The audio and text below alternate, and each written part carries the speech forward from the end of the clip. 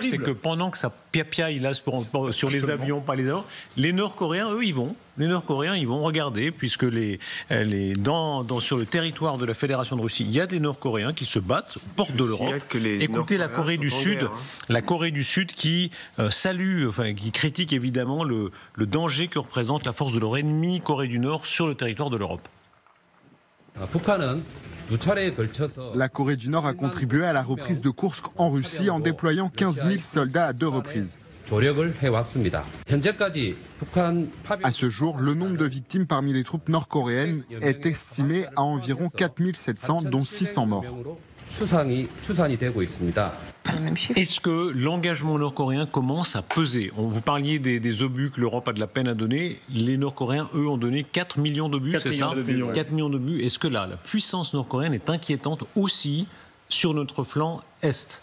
Évidemment, c'est inquiétant parce que d'abord, ils fournissent énormément d'armes à la Russie et il y a eu des déclarations qui ont été faites selon quoi la Corée du Nord serait capable de fournir beaucoup plus d'hommes à la Russie si elle le voulait.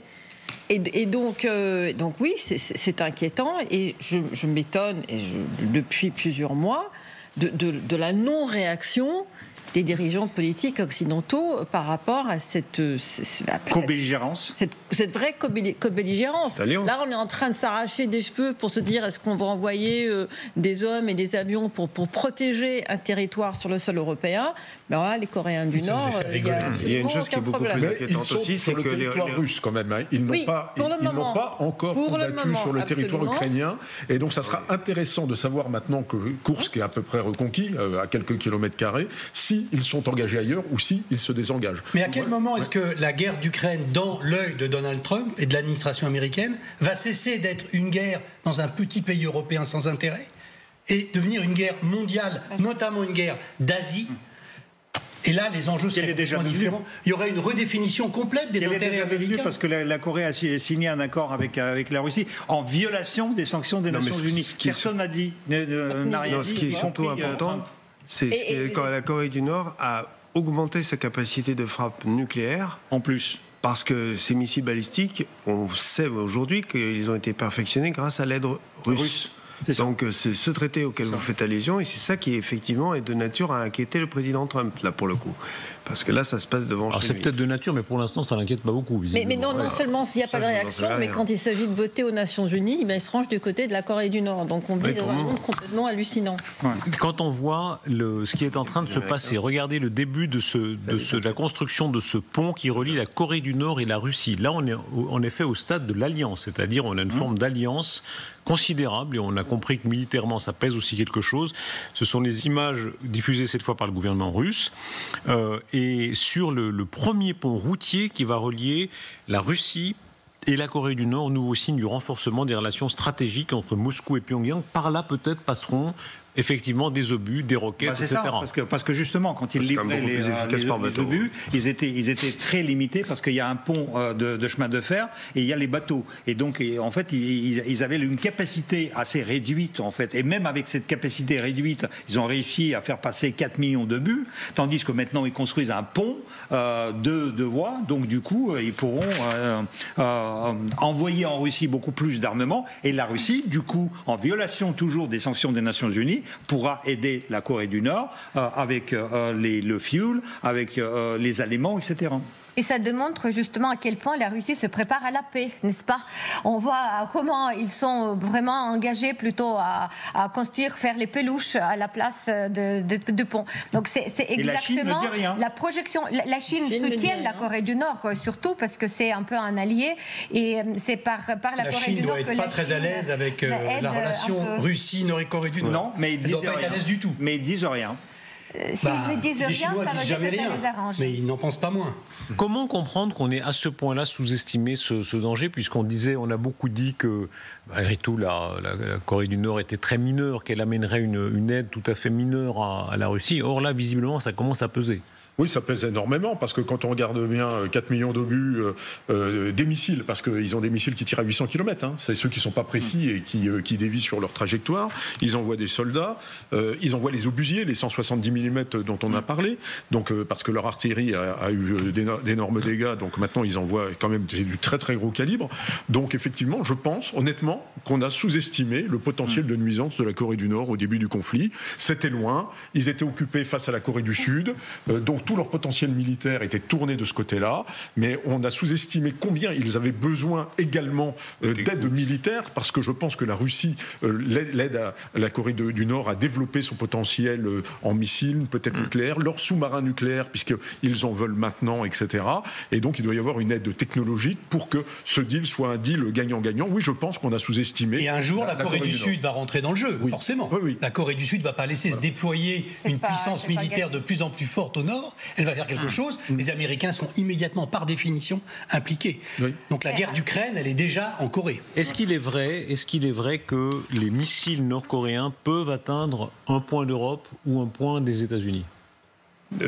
Non. L'Europe, ils sont dans le mauvais sens. Puis avec la rotation terrestre, la fronde, elle va de l'autre côté. Donc, ils sont capables aujourd'hui de taper sur Hawaï. Ils sont capables d'aller peut-être jusqu'en Californie.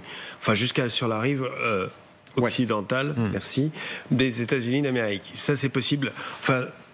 Actuellement, la seule chose qu'on sait, c'est qu'ils ont été capables de tirer une fusée le plus haut possible. Et quand on a mesuré cette distance, on voit qu'ils ont une allonge suffisante pour atteindre des territoires américains, comme Hawaï ou Guam, ça c'est sûr, et peut-être la côte occidentale des États-Unis. Et ils le peuvent réellement ? Non, je ne sais pas. Ils l'ont jamais montré. Et ils l'ont jamais fait. Exactement. L'importance dans le nucléaire, c'est dans la dissuasion nucléaire, c'est aussi la démonstration que vous avez les outils pour faire ce que vous prétendez que vous allez faire. Bon, pour le moment, les Coréens, ils ont encore des choses à prouver. Pour répondre peut-être à la question pourquoi personne ne fait rien, parce que finalement, regardez les Chinois. Ils se sont dit la Corée aide la Russie, mais aide en Europe. Donc en fait, toute cette aide militaire va partir sur un continent qui ne nous concerne pas trop, parce que c'est à 6000 km de chez nous, voire même à 8000 km de la Chine. Et en fait, en Europe, on ne voyait pas venir parce que c'est tellement loin, c'est la Corée du Nord. En fait, on se disait c'est un pays qu'on comparait avec le PIB du département de l'Isère, et on disait qu'ils sont pas capables de faire quoi que ce soit. Et ce pays a fourni quand même 4 millions de buts à la Russie. Mais la Chine, en principe, est vue comme le pays. La Chine d'abord est obsédée par son rôle international. Elle a été très longtemps considérée comme le pays qui gérait la Corée du Nord.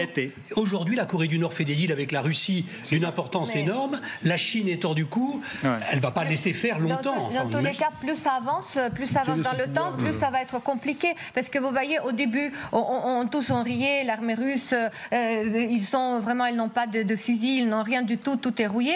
Mais avec 3 ans de guerre, ils se sont adaptés. Ils ont trouvé le moyen pour remplacer ce qui leur manque, pour en produire encore. Et les Occidentaux ont raté vraiment la coche, ont raté le tournant de la guerre. C'était à la fin de 2022 quand les Ukrainiens ont réussi à libérer la région de Kherson et la région de Kharkiv et surtout la ville de Kherson. Quand il y avait cet élan de contre-offensive ukrainienne qui a été arrêté justement par les Russes qui ont appelé les Américains, ils les ont menacés avec la frappe nucléaire et les Américains ont arrêté les armes. Et c'est là où Poutine il pense qu'il a gagné. Parce qu'après, il s'est dit, OK, là, je peux tout faire, et voilà. Et nous en sommes là, et plus ça continue, plus ça va être pire, et après, ça va retomber sur l'Europe en plus. Alors, question, que va faire l'Europe maintenant ? Si demain, si dans 2 semaines, 15 jours, il y a une rencontre Trump-Poutine, est-ce que l'Europe va garder la ligne contraire en disant, nous, on n'a aucun lien avec la Russie, ou est-ce qu'elle va nouer à son tour des liens, y compris avec la Russie de Poutine?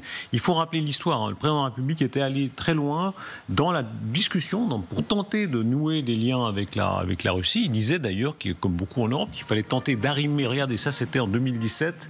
À l'époque, c'est peu après l'élection d'Emmanuel Macron, la réception à Versailles, où il y avait la mémoire de Pierre le Grand, 3 siècles plus tôt. Voilà, tout ça.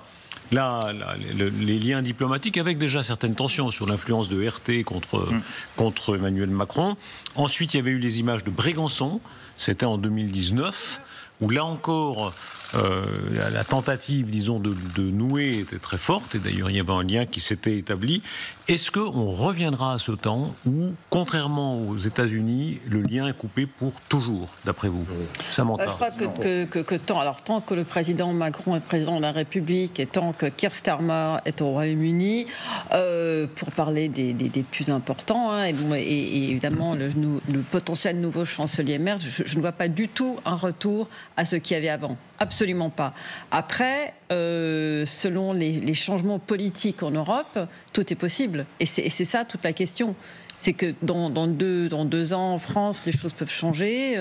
Dans 4 ans au Royaume-Uni, les choses peuvent changer. Donc voilà. Mais sous le président Macron, je ne vois absolument aucune possibilité que les choses reviennent comme elles étaient. Mais il est possible d'imaginer qu'au-dessus d'une certaine menace russe, dans une élection prochaine en Europe, en France, en Allemagne, en Angleterre, ce sujet devienne un vrai sujet électoral. Oui.